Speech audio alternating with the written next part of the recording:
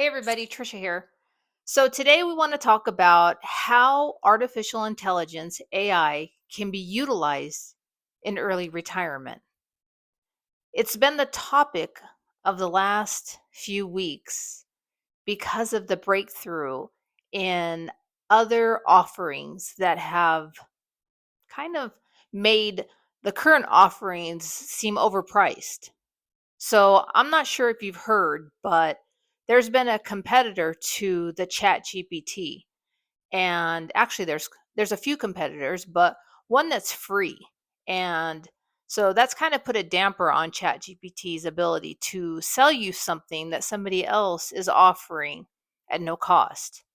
But I wouldn't I wouldn't jump on that boat too soon because from what we can tell, the competitor that's offering it for free, within their model, they might be storing your data and they might be utilizing your data in ways that you don't really want. So there is a risk to the taking free. There are some options for downloading it and putting it locally onto your system and then turning your system offline and still being able to utilize it. But that takes a little bit of work, and most people aren't going to do that. So, for the meantime, I would recommend that you use either ChatGPT or Gemini from Google or Claude AI from Anthropathy, I think it's called, something like that. I'll put it in the notes. And then there's Perplexity. There's a few that offer similar functionality. So if that's something that you think you might want to start, testing the waters on, I would highly recommend it because there's a few useful ways that we can utilize AI in early retirement to help us automate some things and to do some analytics that might otherwise take, a while to do. So it's available, it's useful, we might as well leverage it. So if that's something you're interested in hearing about, then listen up. Okay, so the one of the main things that I've already had the pleasure of using a AI for was to plan my travels in Europe.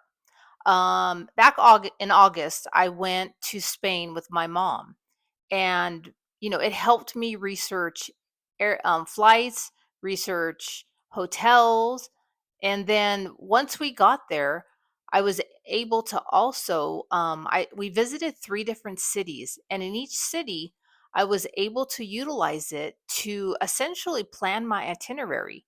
So I would give it some parameters, and then it would come up with an itinerary for the day.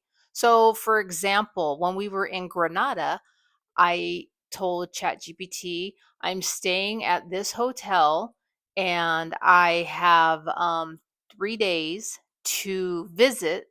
What are the top five things that I should visit while I'm in the city? And can you please create an itinerary for me with two of them every single day and then walking to each of them? So put them in proximity first so that I'm able to walk to them, and or if not, I have options. So it, came up with a 3-day plan of how to tour that city and walking from the hotel that I was staying at. So that might have taken me an awful lot of time to research and find out, but ChatGPT, it came up with it in a matter of, a few minutes. And it's not going to be perfect and it's not going to be complete, but the beautiful thing is you can start out with it and then build upon it. And it's extremely useful. It's like your tour guide. And I've found it extremely beneficial to help me book my trips and plan my trips. And I think that's an option that, I think AI is really useful for. Another extremely useful way to utilize AI is in planning your food. So often we get to a point where we're eating the same things over and over and over. And, sometimes you just need a little bit of help in being a little bit more creative. And so using AI, it can offer you different options with, say you wanted to make a chicken dish tonight, and you can tell it all the things that you have in your refrigerator that might be useful, and say, can you create a dish that would be tasty, that I could utilize chicken along with my mushrooms and my broccoli and my Parmesan cheese or whatever you have in your refrigerator, and it will come up with something that you can make. So, I personally have liked using it in designing a menu that's keto friendly. And so I can say, design for me a weekly meal plan with breakfast, lunch, and dinner that's keto friendly, that I can go to the grocery store and purchase whatever I will need to make those meals. Another option for AI is to help you with your investment allocations. Now, you don't want to take this too literal. It's really just going to, give you information based on what you're querying it for. So you don't want to, you kind of want to give it some nice, good parameters. So, say you only want to invest in Vanguard funds. And within the Vanguard funds, you tell it that, you're a 60-year-old and you want them to be invested in safe offerings with a historical past 20, 30 years of 6% or higher return. And it can give you, some nice options, but it's some good guidelines for you to think about and consider. So that would be another option that I might look at, to use AI for. I mean, people have gotten very sophisticated with their promptings of questions to ChatGPT or any of the AI models, and they can do some really, you know, deep analysis if you need them to. But for most people, high level generalizations based on data is pretty good. So, one of the other things that I think AI is really useful for is learning something new. So, you might be interested in learning about gardening, and you don't really have a green thumb and no background or no education in it. And so, you can utilize AI to help you from beginning to more seasoned stuff. If you're somebody who, needs step by step instructions on how to do something, it's extremely helpful in that manner because it can tell you, I mean, as long as you prompt it in a way that it knows that you don't have that knowledge, and you can say, talk to me like I'm a 5-year-old and I need the step by step instructions on how to start a standing garden. And I want to plant lettuce, kale, and it will give you the step by step instructions on what you will need and how to accomplish that. Now, of course, it's not going to be perfect, and our prompts to it probably will need to evolve, but it's a great starting point. And I mean, I've even seen it like today. I saw a guy have one of the tools essentially take a spreadsheet and help him create a pivot table off of it. So he had the data, but he wasn't really sure how to use a pivot table.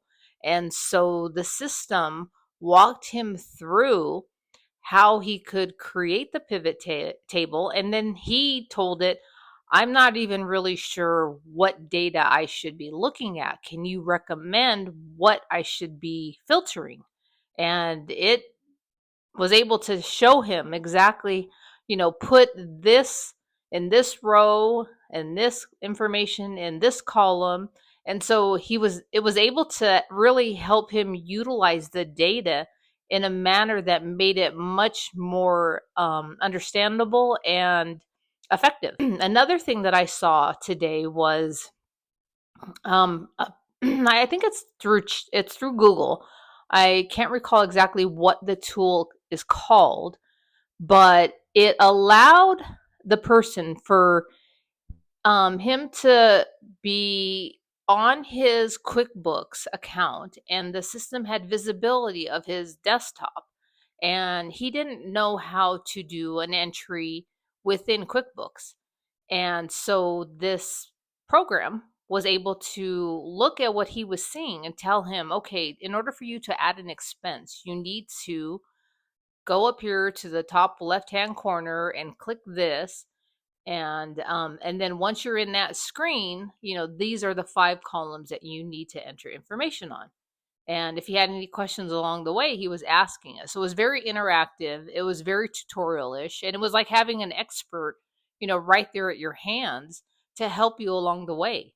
So for a lot of us, as we get older and we're not familiar with all the different types of softwares out there, if we need help, it's nice to be able to have an assistant to be able to, walk you through when you get stuck. I guess the only thing that I would worry about is I would need to make sure that I was comfortable with who I'm giving visibility to my desktop to. And then, him having it in QuickBooks, I mean, I don't know if I would be feeling comfortable about that yet. So there are some security aspects I think that everybody needs to be precautionary about.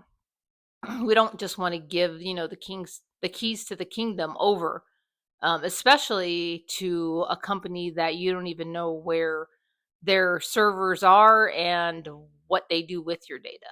So definitely, recommendation is to make sure that the information you're sharing at this point isn't going to make you vulnerable. But you know these are things that we're all working through right now, so hopefully we can feel comfortable once they are established that we can utilize them just like we do our our mobile apps for banking or whatever, in the same fashion. So anyway, these are the top things that I'm going to be using AI for. I'm sure we're just scratching the surface. There's going to be a million other things that we'll be able to utilize it for. But in the immediate term, planning trips, planning meals, planning exercise, all things that you can do right now and would not put you in any jeopardy outside of, if it says, lift more than you're comfortable, then don't do that. So common sense, but utilize it as much as you can. So hopefully everybody is kind of motivated by this and willing to use it, and it can help, help you in your life and in your early retirement. So just wanted to share that with you. If you liked what I was able to share with you, please hit the like button and subscribe and share. And thanks again. Talk to you soon. Bye.